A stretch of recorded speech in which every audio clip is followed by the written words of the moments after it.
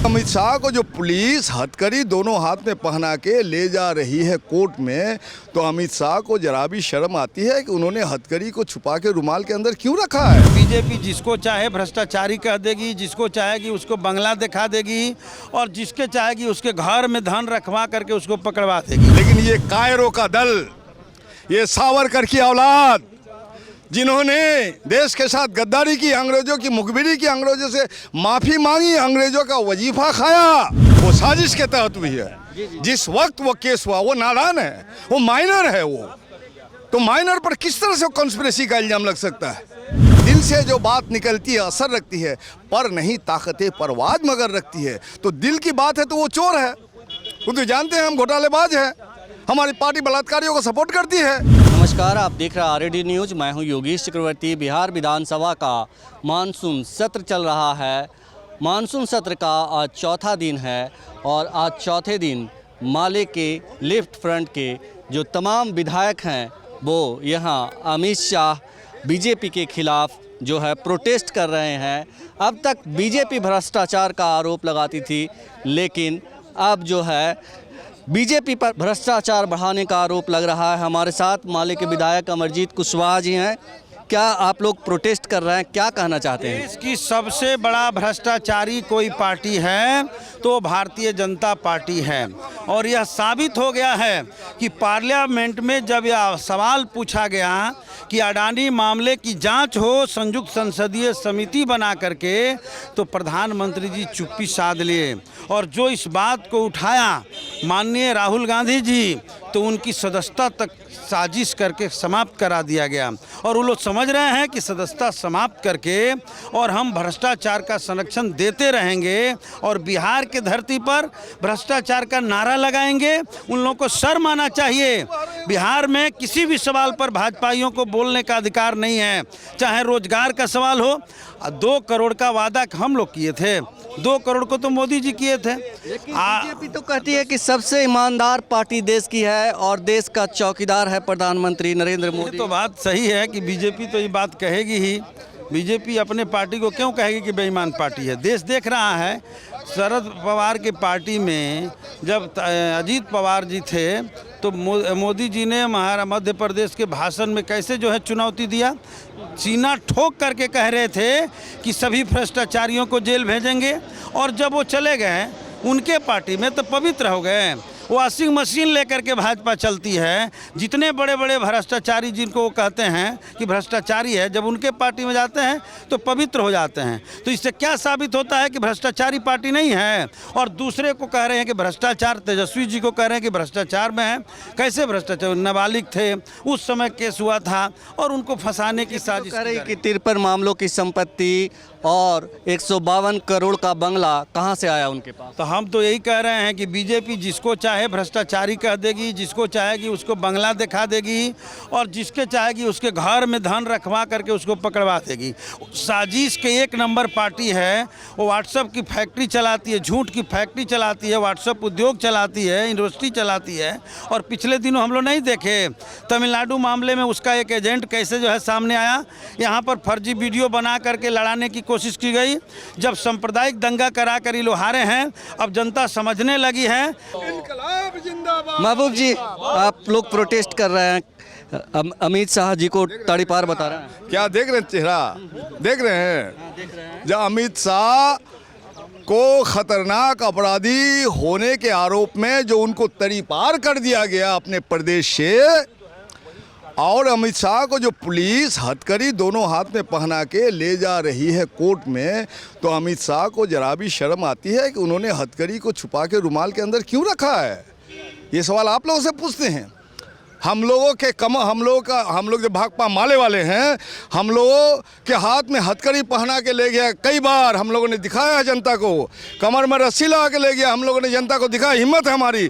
लेकिन ये कायरों का दल, ये सावरकर की औलाद, जिन्होंने देश के साथ गद्दारी की, अंग्रेजों की मुखबिरी की, अंग्रेजों से माफ़ी मांगी, अंग्रेजों का वजीफा खाया, उनको क्या हक है कि एक नादान लड़का पर चार्जशीट करवा के, जो हमारे आज माननीय उप मुख्यमंत्री है, उसको उसका इस्तीफा मांगने का उसका क्या नैतिक अधिकार है। इसलिए हम आपको आईना दिखा रहे हैं कि तुम्हारा गृह मंत्री तरीपार है, ये फिल्म में कभी हुआ करता था और आज हिंदुस्तान की सच्चाई बन गई है। तो आपको लगता है कि मतलब जो तेजस्वी यादव के इस्तीफे की मांग की जा रही है, उन पे चार्जशीट जो दायर हुए हैं वो बिल्कुल गलत है?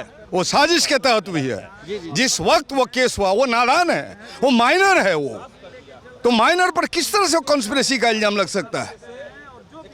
तो तेजस्वी यादव के इस्तीफे की मांग को लेकर विधानसभा को चलने नहीं दिया जा रहा है। आज चौथा दिन है और आज भी कहा जा रहा है कि बड़े पैमाने पे बीजेपी तैयारी की है प्रोटेस्ट की। बीजेपी को जब बोलने का मौका मिलता है उसके प्रतिपक्ष के नेता को तो उनकी बोलती बंद हो जाती है, चूंकि नैतिकता है नहीं बोलने का। सच्चाई देखिए, दिल से जो बात निकलती है असर रखती है, पर नहीं ताकतें परवाज मगर रखती है। तो दिल की बात है तो वो चोर है, वो तो जानते हैं हम घोटालेबाज हैं। हमारी पार्टी बलात्कारियों को सपोर्ट करती है, हमारी पार्टी सांप्रदायिकता का नफरत फैला के देश में हुकूमत करना चाहती है, कर रही है। इसका पर्दाफाश हो गया। उनके नेता ने कहा कि हम जुमलेबाजी हमने किया है। भाई 2 करोड़ नौकरी दिया जा सकता है, ये जुमलेबाजी है। तो ये इस नैतिक अपराध बोध की भावना से पीड़ित है, जिस वजह से उसकी जबान में बोलती नहीं है। और जब उसको बोलने का माननीय अध्यक्ष मौका देते हैं तो उनकी बोलती बंद हो जाती है। तो व्यवधान पैदा आपने ये जो अमित शाह जी की तस्वीरें लगा के रखी है, तो क्या कहना चाहते हैं कि ये छिपा के ले जा रहे हैं? ये छिपाएंगे क्यों भाई? क्यों छिपा रहे हैं आप? सचमुच हम लोग के हाथ में हथकड़ी ला के कई बार हम लोग को कोर्ट में हाजिर किया गया है, कमर में रस्सी ला के हम लोग को हाजिर किया गया है। हम लोग शरेआम जनता की अदालत में खड़ा होकर बोलते हैं, जनता तय करेगी कौन अपराधी है और कौन हीरो है। तो आपको जब हथकड़ी लगा करके जो उपस्थित करवाया जा रहा है तो आप क्यों शर्मसार हैं? सचमुच में अपराधी हैं आप। सचमुच में तरीपार उसी को किया जाता है जो खतरनाक अपराधी है। ऐसे अपराधी के हाथ से देश को बचाने के लिए हम लोगों ने जो बिहार से मुहिम शुरू किया है, ये मुहिम 2024 तक भाजपा के निर्णायक शिकस्त के साथ मंजिल तक पहुंचेगी और इन लोगों को भागने की दिशा नहीं मिलेगी। आप ये लेके आए हैं भाजपा नंबर 1 भ्रष्टाचार पार्टी। नंबर 1 भ्रष्टाचार पार्टी कैसे? करप्शन करो, लूट करो, क्राइम करो, रेप करो, माफियागिरी करो, भाजपा में जाओ, वॉशिंग पाउडर भाजपा, मिनिस्टर बन जाओ, पद और प्रतिष्ठा मिल जाएगा, सीबीआई, ईडी, आईटी से मुक्ति मिल जाएगी। तो भाजपा देश के नंबर 1 भ्रष्टाचारी पार्टी हैं। अडानी घोटाले पे 56 इंची का मुंह चुप है।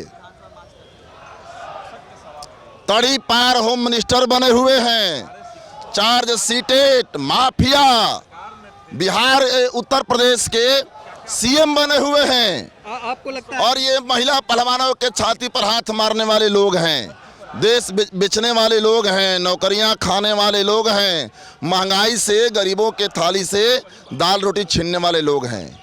ये बताइए कि आप अमित शाह को तड़ीपार कह रहे हैं, तेजस्वी यादव को लेकर के हंगामा मचा है विधानसभा में। बचा थे ना जी उस समय लैंड फॉर जॉब के मामले में, लेकिन आप कह रहे हो कि चार्ज सीटेड हैं हमारे तेजस्वी यादव जी, तो सीएम जोगी कौन है?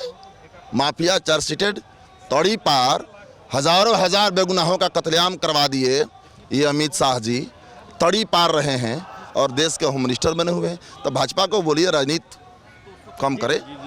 तो माले के विधायक करारा जवाब दे रहे हैं बीजेपी को। आप जो है यहाँ प्रोटेस्ट कर रहे हैं, क्या कहना चाहते हैं बिहार की जनता को? बिहार की जनता से हम लोग ये कहना चाहते हैं कि पूरे देश में जो भाजपा का शासन चल रहा है और इसमें सीधे तौर पे वो ईडी का, सीबीआई का, इनकम टैक्स का तमाम छापामारी करके वो लोकतंत्र को ख़त्म कर रहे हैं, विपक्ष की आवाज़ को ख़त्म कर रहे हैं। जो अडानी का सवाल उठ रहा था भ्रष्टाचार का 86,000 करोड़ रुपए का, उसको बंद करने के लिए माननीय राहुल गांधी तक की संसद सदस्यता को उन्होंने ख़त्म करा दिया।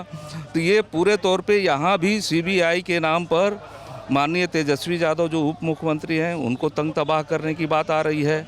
और पूरे तौर पे देश में जितने भ्रष्टाचारी हैं, चाहे वो अडानी के साथ भाजपा के तमाम नेताओं के रिश्ते हों, या हेमंत विश्वकर्मा हों, या जोगी जी हों चाहे येदियुरप्पा हों, जितने तरह के भ्रष्टाचारी हैं, जितने तरह के बलात्कारी हैं, उन तमाम लोगों का संरक्षण बीजेपी दे रही है और ये लोकतंत्र के लिए बहुत ही खतरनाक ताकत है। 2024 में इनको ख़त्म करना होगा और चुनाव जो है, ये जो बात कर रहे हैं अभी तेजस्वी यादव की कि सीबीआई का उन पर चार्जशीट है, तो 2024 का चुनाव नेशनल एजेंडा पर होगा। आप राज्य के एजेंडा पर क्यों करना चाहते हैं? तो माले के विधायक जो है विधानसभा के अंदर मानसून सत्र के दौरान लगातार प्रोटेस्ट कर रहे हैं और अब ये जो डिप्टी सीएम हैं तेजस्वी यादव उनके बचाव में आ गए हैं, उनके साथ समर्थन में तो हैं ही, महागठबंधन का हिस्सा है ही, लेकिन उनके समर्थन में अब खड़ा हो चुके हैं और कह रहे हैं कि बीजेपी बताए कि अमित शाह क्या हैं, यूपी के सीएम आदित्य योगीनाथ क्या हैं। तो इस तरह से माले के विधायक जो है तेजस्वी यादव का जो है वो बचाव कर रहे हैं और कह रहे हैं कि हम उनके साथ हैं। उन पे जो चार्जशीट दायर की गई है वो बिल्कुल झूठा है, फर्जी है, क्योंकि जब उन पे मामला हुआ था तो वो नाबालिग थे। एक क्वेश्चन संदीप जी कि आप लोग लगातार प्रोटेस्ट कर रहे हैं, क्या कहना चाहते हैं बिहार की जनता से? हम लोग यही कर रहे हैं कि भाजपा की सच्चाई को जनता समझ ले। ये युवा विरोधी हैं, रोजगार 2 करोड़ का वादा किया नहीं दिया, ये भ्रष्टाचारियों के हिमायती हैं, बशर्ते कि भ्रष्टाचारी इनकी पार्टी के अंदर आ जाए। वॉशिंग मशीन अपने आप को समझ रहे हैं, ये महंगाई बढ़ाने वाले लोग हैं। तो बीजेपी के झांसे में बिहार की जनता ना आए, यही संदेश है। तेजस्वी जी के मसले पे क्या कहना है? डिप्टी ईडी को जेब में रख करके सुप्रीम कोर्ट ने में कह दिया कि ईडी को जो है वो उसके प्रमुख जो है वो गलत तरीके से उसको एक्सटेंशन मिला है। तो जब प्रमुख को ही गलत तरीके से एक्सटेंशन मिला हुआ तो क्यों मिला हुआ था?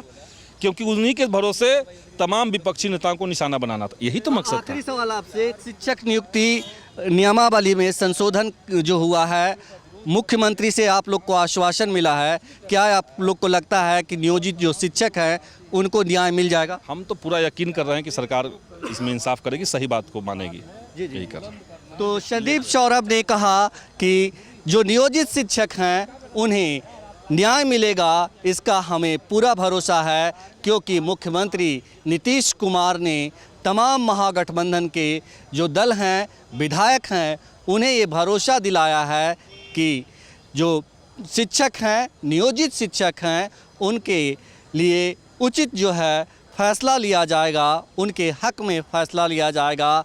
वहीं डिप्टी सीएम तेजस्वी यादव को लेकर माले के विधायकों ने साफ कर दिया कि अब तेजस्वी यादव का इस्तीफा किसी भी कीमत पर नहीं होगा, क्योंकि उनके खिलाफ फर्जी मामले दायर किए गए हैं और ये जग जाहिर है, क्योंकि जब ये मामला लैंड फॉर जॉब का आया था तब तेजस्वी यादव नाबालिग थे, उनका इससे कोई सरोकार नहीं है।